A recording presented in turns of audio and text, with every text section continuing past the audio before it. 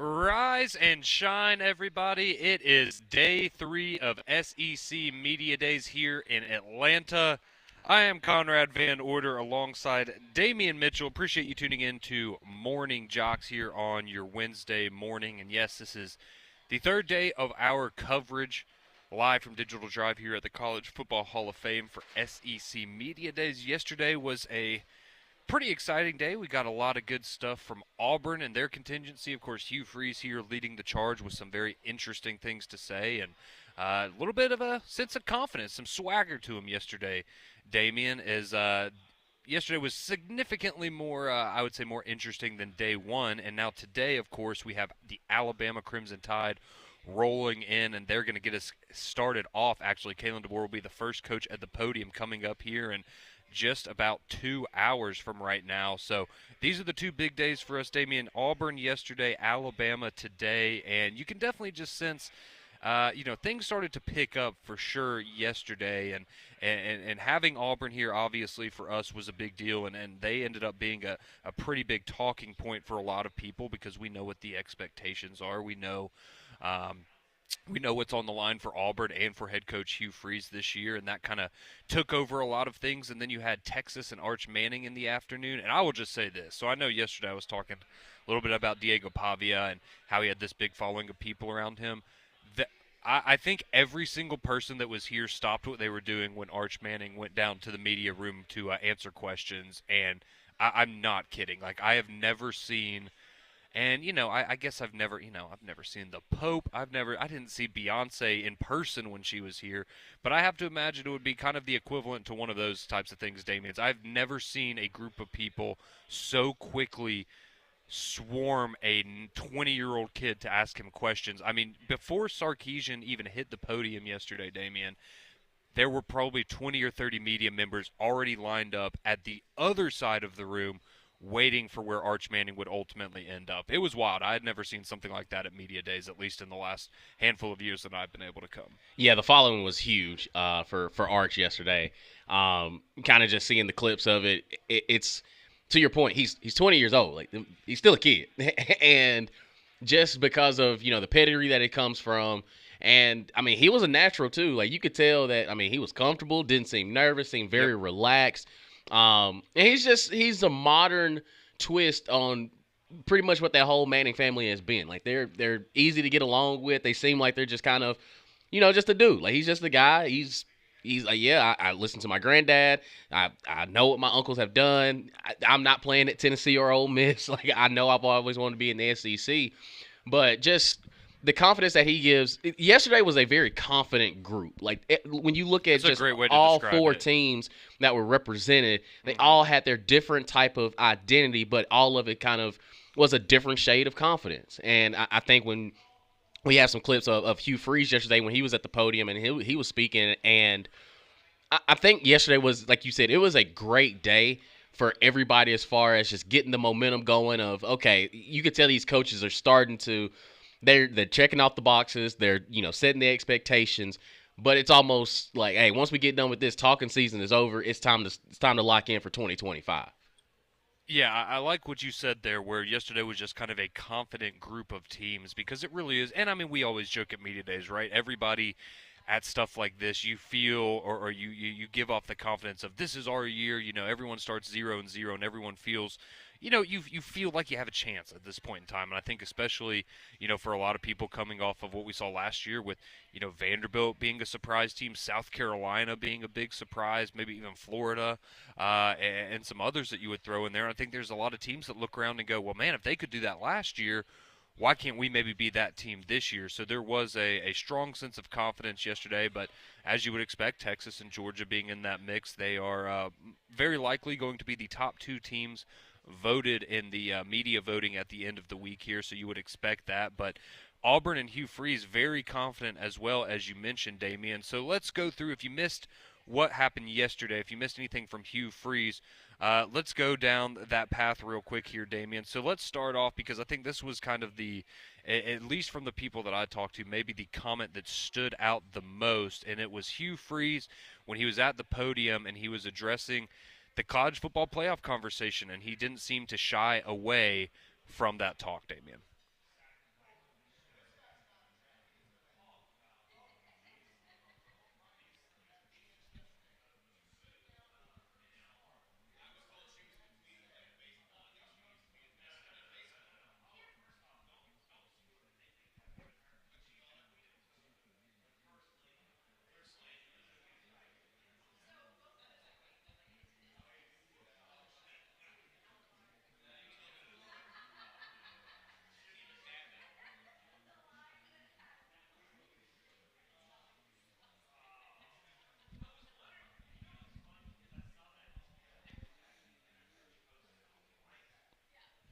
Sounds like a pretty confident coach. They're not shying away from the college football playoff conversation, which is, I mean, I get it, right? If you're Auburn, you probably should feel confident and feel like this is the year for you to at least be, in that conversation. I think in a lot of fans' minds, right? If you do beat the expectations that a lot of people are going to have for you, then you will ultimately be in that conversation. Whether it's, you finish 9-3, 10-2, maybe even 8-4, depending on how deep and difficult the SEC ends up being this year. But I respect it. He got up there, he ripped the Band-Aid off, and he didn't go, I guess, all in, Damian, which would have been, college football playoff or bust. If we don't make the playoff, then I don't deserve to be here or anything like that. But letting people know, I guess, what his internal expectations are, that this is a team that should be competing to be one of the last 12 teams playing at the end of the year. Yeah, and when you look at the roster on paper, you return a lot on the defensive side of the ball, a lot of young guys just overall that made some impactful plays for you.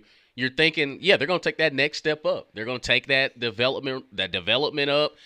You got some guys in the portal, of course, with Jackson Arnold, Eric Singleton, and I mean, on paper, it's hard not to at least have them in the conversation. It's just at some point on the field, it has to reflect that. That's all it comes down to, because I mean, they were talented last year, and like he said, the ball just didn't bounce their way at times. But I do think the expectation for a lot of Auburn fans is this is the year. Everybody circled year 3, and now we're in year 3. What do you do as a program moving forward in 2025?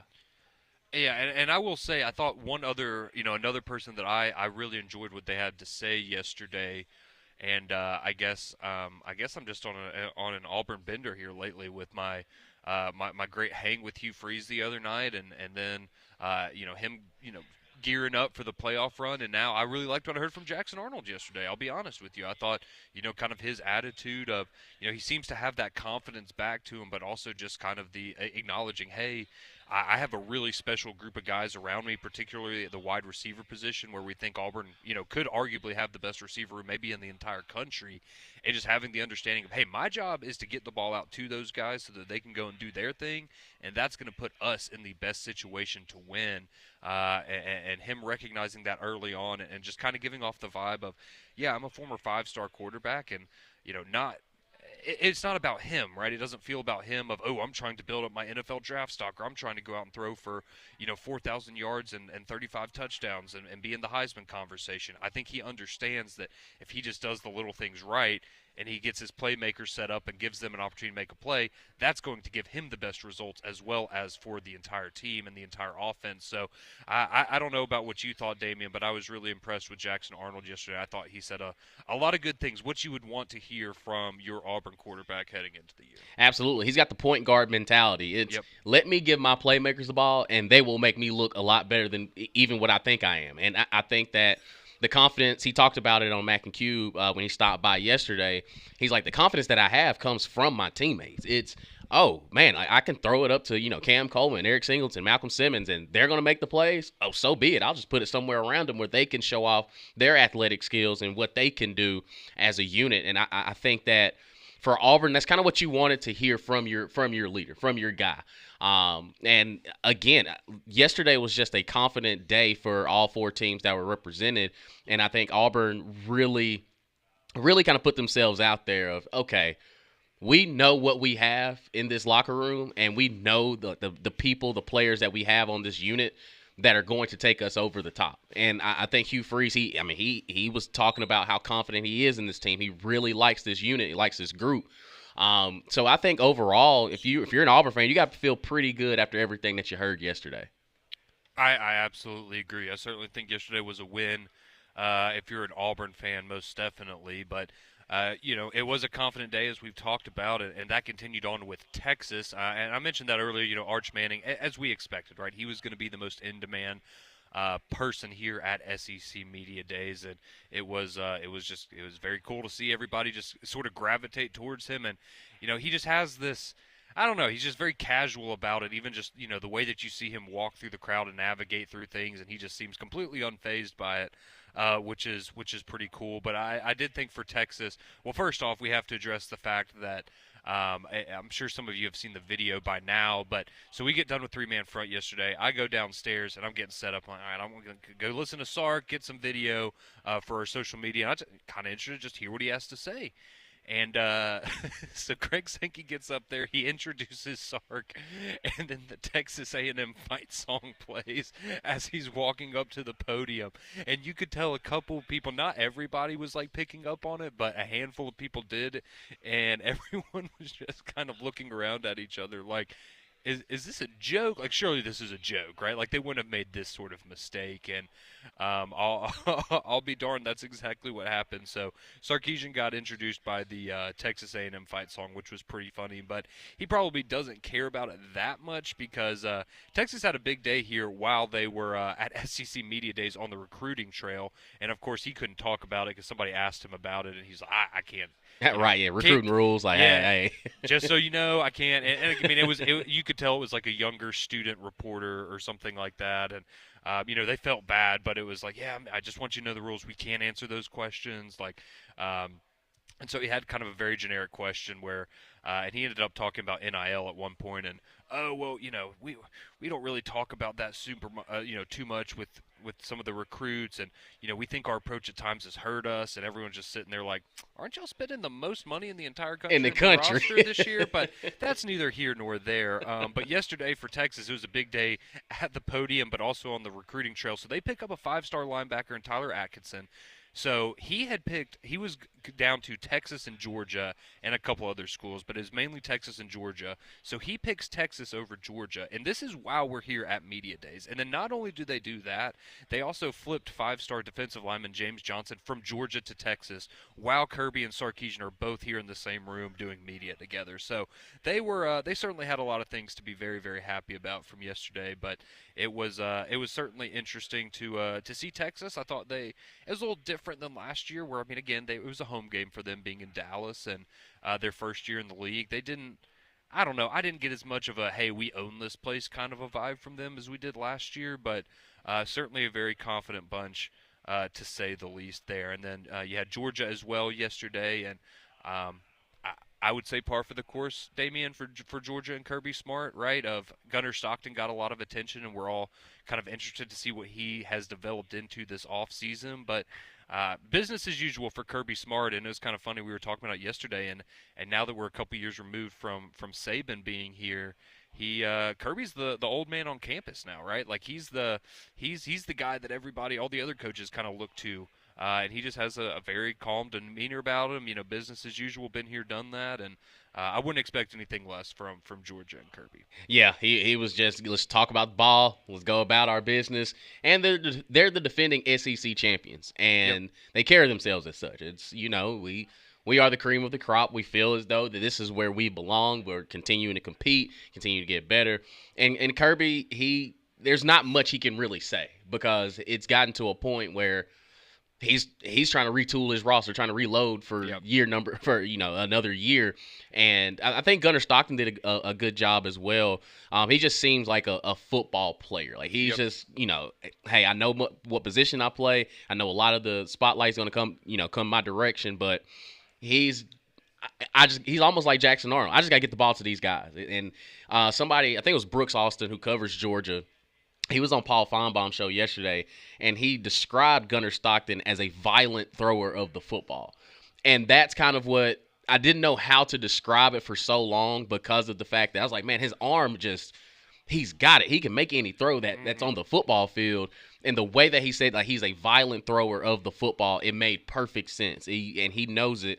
And I think a lot of the offense is going to be geared. A lot of the question marks that I had, even with Carson Beck last year, being the starter, I think Gunnar Stockton kind of impressed me a little bit, and it's like, okay, this dude just wants to play ball. That's all that really matters to him. He's like, appreciate it, NIL's cool, but I have a group of teammates that give me confidence, and I just want to make sure they get the ball in their hands and do what I need to do as a quarterback.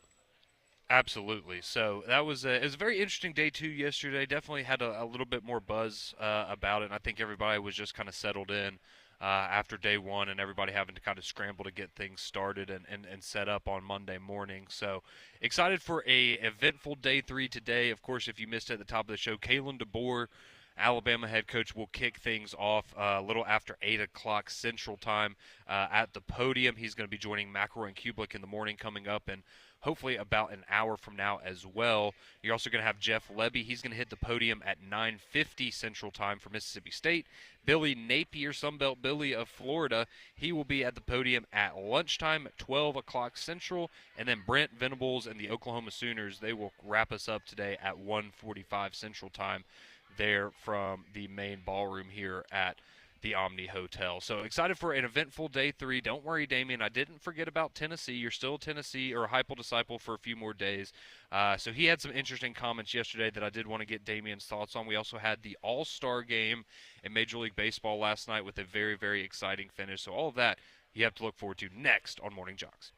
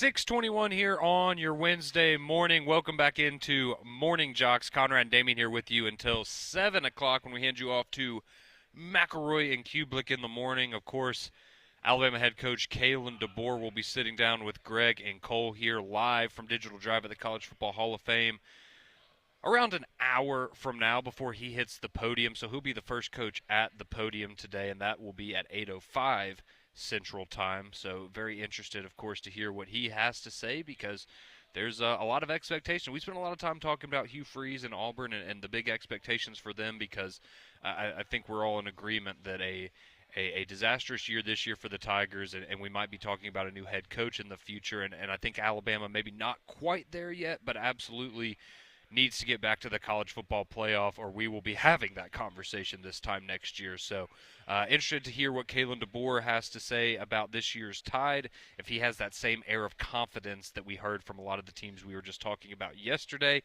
If you missed it, Caden Proctor, Deontay Lawson, and Tim Keenan, those are going to be the three Alabama players that are going to be joining Coach DeBoer here in Atlanta later on today. But last night, do want to have some recap quickly the Major League Baseball All-Star Game. So I don't know how much of this you were able to catch, Damien, but it was it went from being, okay, this is going to be a complete snooze fest to actually pretty entertaining, and one of the more entertaining ones we've had in the last few years, I feel like, because when you look at it, the National League goes up big early. They were up 6-0, and you're thinking, man, they're just absolutely going to cruise here. Paul Skeens finally got some run support in the first inning, and that kind of set the tone for the National League. But the American League, they come back and score 6 runs in the 7th, 8th, and 9th innings. So you had a home run from Brent Rooker. You had a couple of RBIs from Bobby Witt Jr., and then Stephen Kwan, he ties it up with an infield single in the top of the 9th to make it 6-6.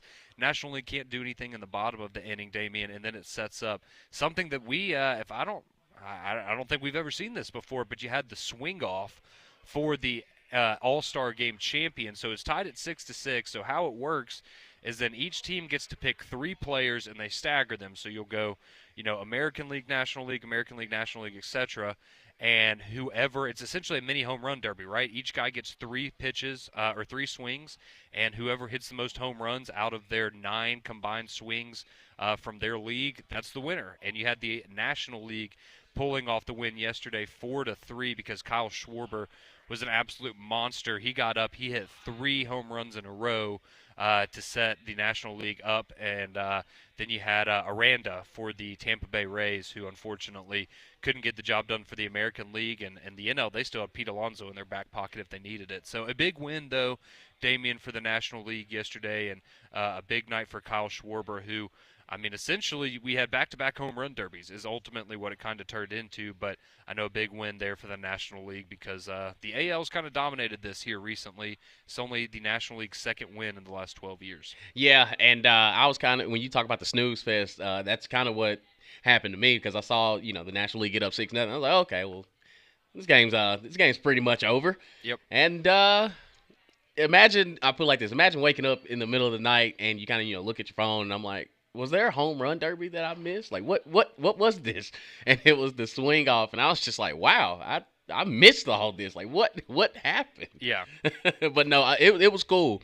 It was cool, and I think for the NL, yes, like you'll take this. It's been a while since you've gotten a chance to celebrate the All-Star game, but no, it was entertaining nonetheless. But I think the future, when you look at just the stars in baseball, it's funny that we've gotten to a point where like there's a lot of young, talented baseball players in the MLB right now. Like you kind of look at over their ages and it's like, oh, they could be doing this for the next 10 to 15 years. I was about to say, you had a lot of guys on rosters last night that it was their first All-Star appearance or maybe their second, but like you said, a lot of young talent to go around in the game, which is certainly awesome to see. But and I wanted to point this out because I'm sure a lot of people had the same thoughts that I did watching it at the end with the swing off. And why is Aaron Judge not doing this? Why is Ohtani not doing this? Why are these guys not the players selected by the managers? So apparently what happens is both Aaron Boone and Dave Roberts, they had to submit on Monday, hey, these are the 3 guys, if we go to a swing off, that I'm going to want to utilize. And a lot of these starters, if you didn't know this, for example, Paul Skeens, right? He goes out there, throws one inning last night, and then he's done. Well, he's going to go hit the locker room. He's going to take a shower, and he's probably going to get out of there, right? He might hang out for a little bit, but he's not staying for the entire game. And that's the case you had with a lot of the position players, too, where they leave after they get pulled out of the game. And so you're kind of stuck with your bench players, and that's why you got who you got in the swing off yesterday there. But yeah, very cool All-Star game. Also, thought they're honoring Hank Aaron's 715th home run, and the way that they did that with the visuals projected onto the field. I thought that was an awesome moment, and the fans really seemed to enjoy that too. So I thought that was very well done and very tasteful a very classy move by Major League Baseball. Yeah, it was, and I think this All Star, I say week, these 2 days have been good for the city of Atlanta. Like for it to not not happen a couple years ago, with all everything getting all politicized and things. But I think Atlanta did a good job of just hosting the All Star game and just kind of giving it a new spin and kind of just trying to find ways to make it more entertaining. And I think they did a good job.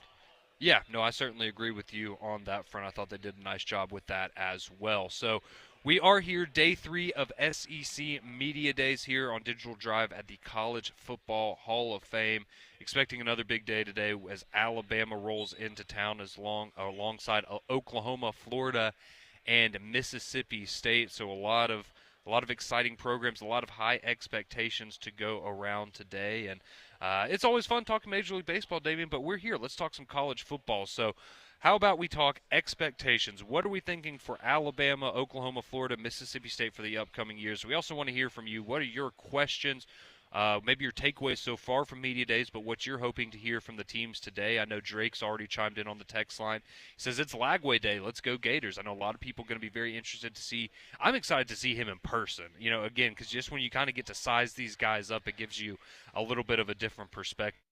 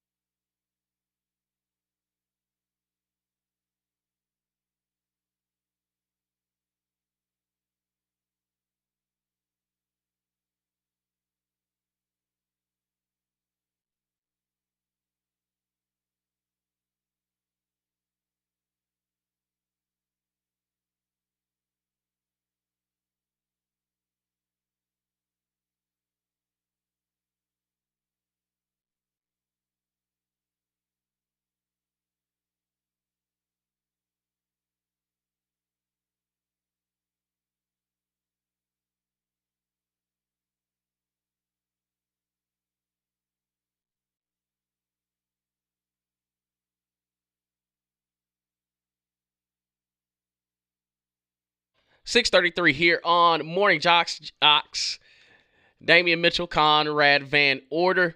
We had a little technical difficulties there in Atlanta. Seems as though the internet went out for just about everybody that's there at the Omni there in the College Football Hall of Fame covering the SEC Media Days. It is day 3. Of course, we want to hear from you, the listeners, 205-834-9450. Your text messages always welcome this morning. Kind of just, recapping what we heard from day 2. Of course, Auburn and Hugh Freeze.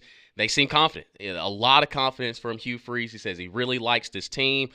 We had Texas as well, the big winners, with them coming up in the SEC championship, coming up a little short to the Georgia Bulldogs, and also Georgia was there represented as well as Josh Heupel and Tennessee. And speaking of Josh Heupel, y'all know I am the Heupel disciple. He discussed the quarterback position heading into 2025. And while everybody started to think that, Joey Aguilar coming in, transferring into Tennessee, that it was just going to be his guy, but Josh Heupel said something yesterday that kind of piqued everybody's interest.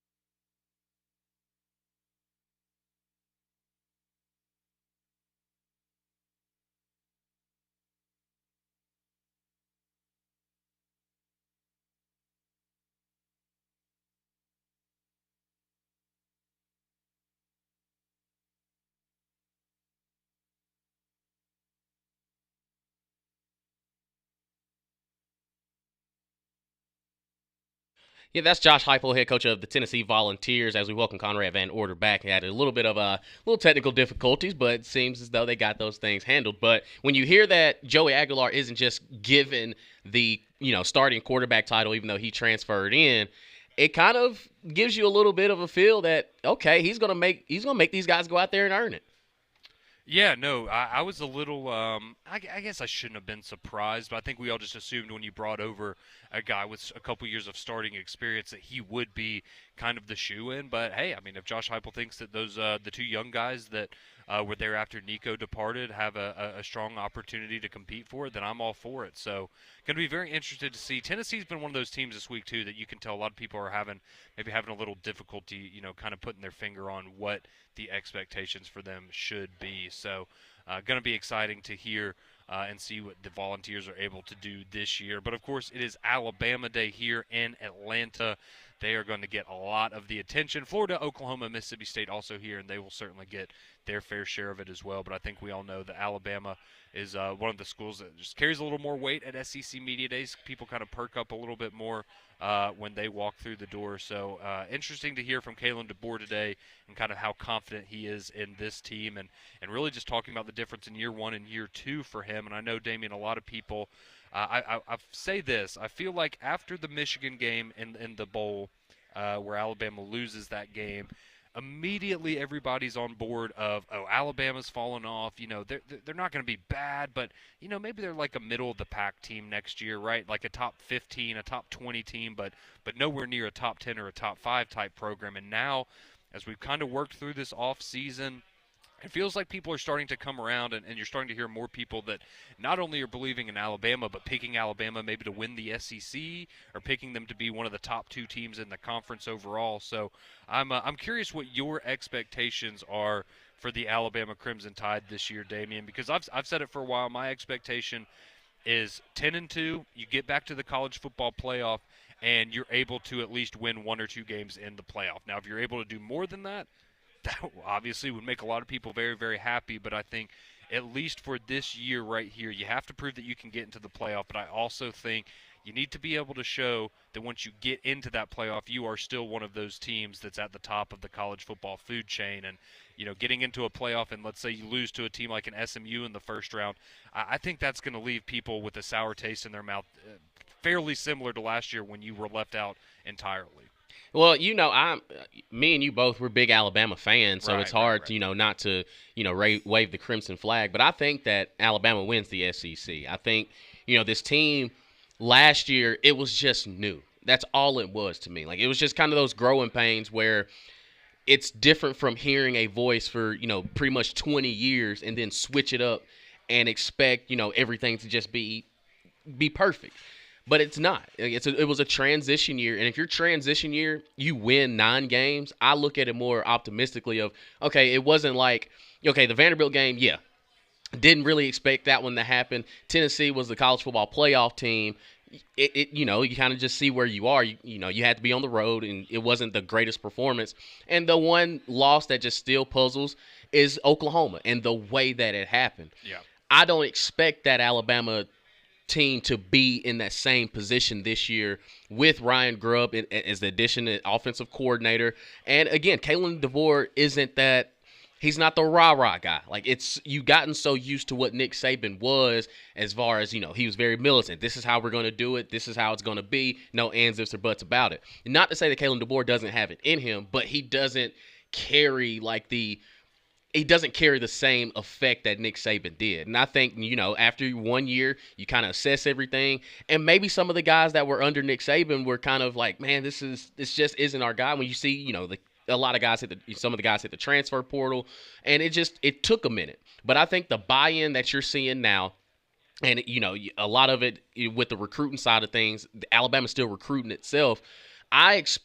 I still have high expectations for this Alabama Crimson Tide team. And I do think that with Ty Simpson, him being a very older guy in the room, and, he has Kalen Russell has Austin Mack still pushing him in that quarterback room. But when you look at the pieces that you have around whoever is taking the snap at quarterback, they're going to be elite. Like, they're going to be great. Isaiah Horton hitting the transfer portal coming into Alabama. You still have Jeremy Bernard, who's been with Kalen DeBoer the whole ride. And, of course, we know what Ryan Williams is.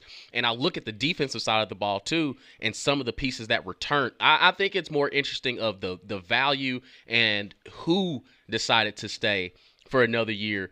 I think it kind of speaks volumes of, like a Deontay Lawson, an LT Overton, a Damani Jackson, guys that could have gone to the league and been, they would have been high draft picks, but they decided to come back. And also Keon Sabb coming back from injury. I just think the pieces that are there, it's hard for me to not feel confident in the people that they have, and that Kalen DeBoer is like, hey, this is year 2. I understand what the expectation is. We fell short last year, and I think you're going to get a motivated Alabama team. Yeah, and I know some people maybe still aren't, completely sold on Kalen DeBoer, but I think what you just said, that's kind of one of the things that I would look to and go, man, this should give you, if you are not a believer yet, this should maybe make you a little more comfortable heading into the season. And it's what you said about players coming back, right? Why would you come back for another year if you didn't feel like you could be developed to be better and make more money, be a higher draft pick next year, or you didn't feel like you were coming back to try to win a national championship? And I think that right there shows you that what's going on in that locker room, there is that belief in what Kalen DeBoer is doing and what that staff is building. And that's why those guys wanted to come back, and that's why you didn't have anybody leaving the portal in the spring window, because you seem to have that chemistry and that culture ingrained now there in Tuscaloosa. And one of the things that we've heard all the offseason is it finally feels like it's his team, right? It is fully Kalen DeBoer and Ryan Grubb and Kane Womack and the rest of that staff. It is their team. It is their culture. And I think that's what has a lot of people really, really excited about this upcoming season. So we'd love to hear from you as well, our wonderful Jox listeners at 205-834-9450 if you'd like to get on the courtesy GMC text line. And what are your expectations for Alabama coming up this season? Is it playoff or bust in your opinion? If they don't make the playoff, do you think that, it's time for Kalen DeBoer to be shown the door? Or, maybe some of you are expecting national championships to be won in Tuscaloosa in the very near future again. So we'd love to hear from you, your expectations on the Alabama Crimson Tide. But we also have Oklahoma, Florida, and Mississippi State. I just saw some of the Mississippi State players wandering around here at Digital Drive. So we've got to share some of our expectations for those programs this upcoming year. And Damian, I know this might seem a little far-fetched, but I think it's safe to say that there is someone else in the media that is a big fan of not only Oklahoma, but Morning Jox, because they had some very similar sentiments to us on some of the Oklahoma Sooners. So we'll tell you all about that next on Morning Jox.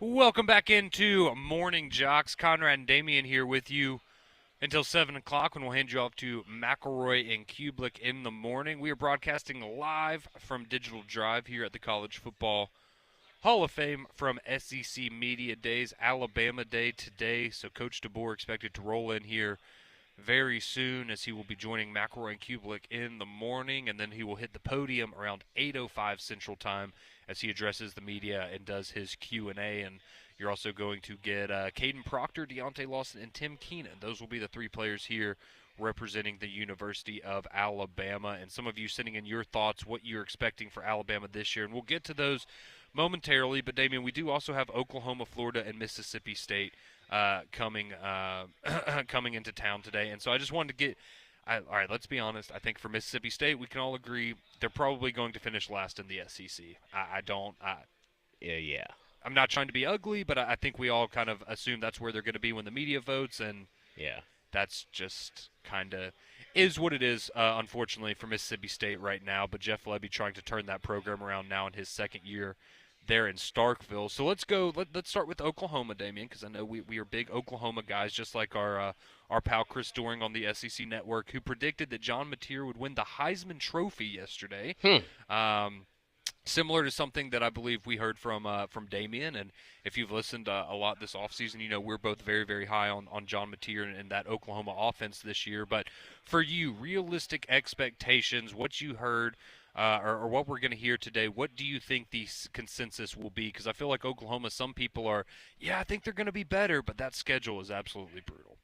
Yeah, and I think that's where the conversation starts. It's their schedule. It's so difficult to, I guess, kind of get a read on it, because I do think they're going to be better. I think they're going to be better than what they were last year. But when you look at, when you got Michigan, you get them at home, and then you follow that up with Auburn to start things off in SEC play, and of course the rivalry with Texas, and then you got South Carolina, Ole Miss, and Tennessee. And I think Oklahoma right now, their biggest issue was their offensive side of the ball last year. You were decimated with injuries, and defensively they kept you in ball games. And now it's, okay, are we going to see any sort of a drop-off defensively? Because your offense now, at least on paper, seems as though it can be competitive. Like, it can be comparable, where they can play complementary football. And if your defense starts to wane down a little bit, at least you have an explosive, or what I think will be an explosive offense with John Mateer, with Jaden Knott, and now Deion Burks coming back 100%. So I think that Oklahoma, to me, they're probably, name-wise, they're still going to be in that conversation, but they're the dark horse of the SEC, where they could be 7-5, or they can mess around here, win 9-10 games because of how good and how they've replaced everything on the offensive side of the ball. Yeah, I think you're going to have a lot of people that are, some people are going to be really high on the Sooners. I think some people are going to maybe have those expectations around like a 7-5, just because, again, they'll say, I think they're going to be better than last year. But, when you have to play Texas, South Carolina, Ole Miss, Tennessee, Alabama, Missouri, and LSU consecutively to wrap up the season, that's going to be difficult for anybody to do. Quickly, Damian, the Florida Gators, they're also going to roll into town, so you're going to have DJ Lagway and company joining head coach Billy Napier. So I know a lot of people. I'll tell you this right now. I think going into the year, Garrett Nussmeier is the most known commodity at quarterback, and I think that's why a lot of people would have him as maybe the number one quarterback. But based on what I saw last year out of DJ Lagway, if that version of DJ Lagway returns and is even a little bit better now with an extra offseason of development, that guy, in my opinion, is going to be the best quarterback in the SEC. And if that is the case, then Florida, the ceiling for them, I think, is extremely high. Again, they do have a difficult schedule as well, but when you have arguably the best quarterback, or at least the most exciting quarterback in the SEC, that goes a long way. It does. And I think DJ Lagway, like you said, if he plays anywhere close to what he was last year, this Florida team ain't sneaking up on anybody, and they can welcome the fist fight. It's so unique now that we look at this Florida team from all these years past, where it's fun and gun, a bunch of offensive points all over the place, to now they're going to play sound on defense, and they could possibly beat you up on the offensive side of the ball. Mm-hmm. And then you add what DJ Lagway could do with just his overall athletic ability, that, everybody was kind of putting the pressure on Billy Napier last year, fighting for his job, where this year he's kind of looking back of saying, okay, yeah, Tennessee's of the world, yeah, Miami's, LSU's. It wasn't, like if you're looking at LSU, it's like it's not a surprise that we beat you last year. It's no, we are building this thing up right. But I think the confidence that Billy Napier has, especially from what he saw last year, they're kind of in that South Carolina boat where it's okay. Now the target's back on you. It's back on you. Now are you really building this thing to where the Steve Spurrier days or the Urban Meyers or Dan Mullins of the world, where Florida could have a conversation of being in the SEC championship. So I'm interested to see how he kind of goes about today, and also how DJ Lagway kind of deals with the spotlight a little bit. Yeah, it's certainly going to be interesting, and as I said earlier, I expect DJ Lagway will probably be the Arch Manning of yesterday, the Diego Pavia of Monday in terms of the player that gets the most buzz here, as we would expect from the quarterback position, of course. But let's go to the Courtesy GMC text line quickly, get some of your thoughts before we hand you off to McElroy and Kublik in the morning again. Alabama head coach Kalen DeBoer expected to be here on site with McElroy and Kublik in the morning, coming up here in the 7 o'clock hour of their program. But somebody chimes in on the text line. They say, I live in Tuscaloosa, and I have a coworker who blames all of Alabama's shortcomings on one thing. It's the ice cream truck, as if Saban didn't improve player comfort exponentially when he got there.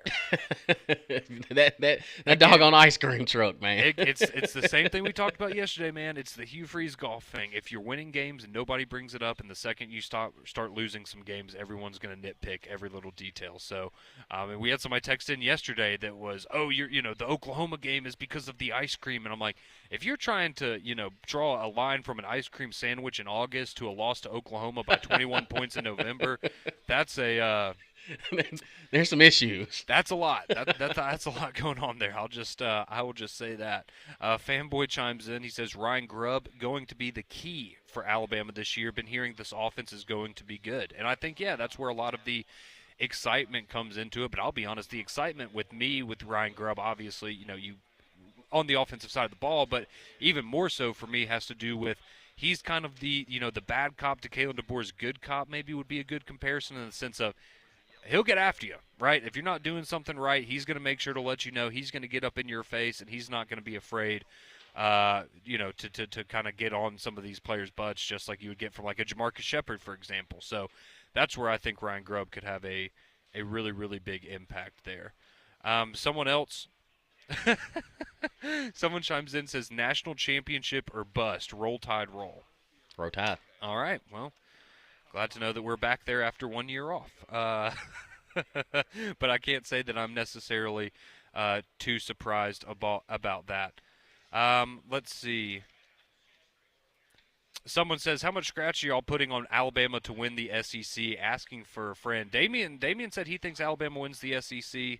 I have them as the second best team in the SEC. That's where I'll wow. And you call yourself call yourself Crimson Conrad. I know. I guess Damien's the bigger Alabama fan now. But appreciate y'all joining us this morning. We're back tomorrow. McElroy and Kublik in the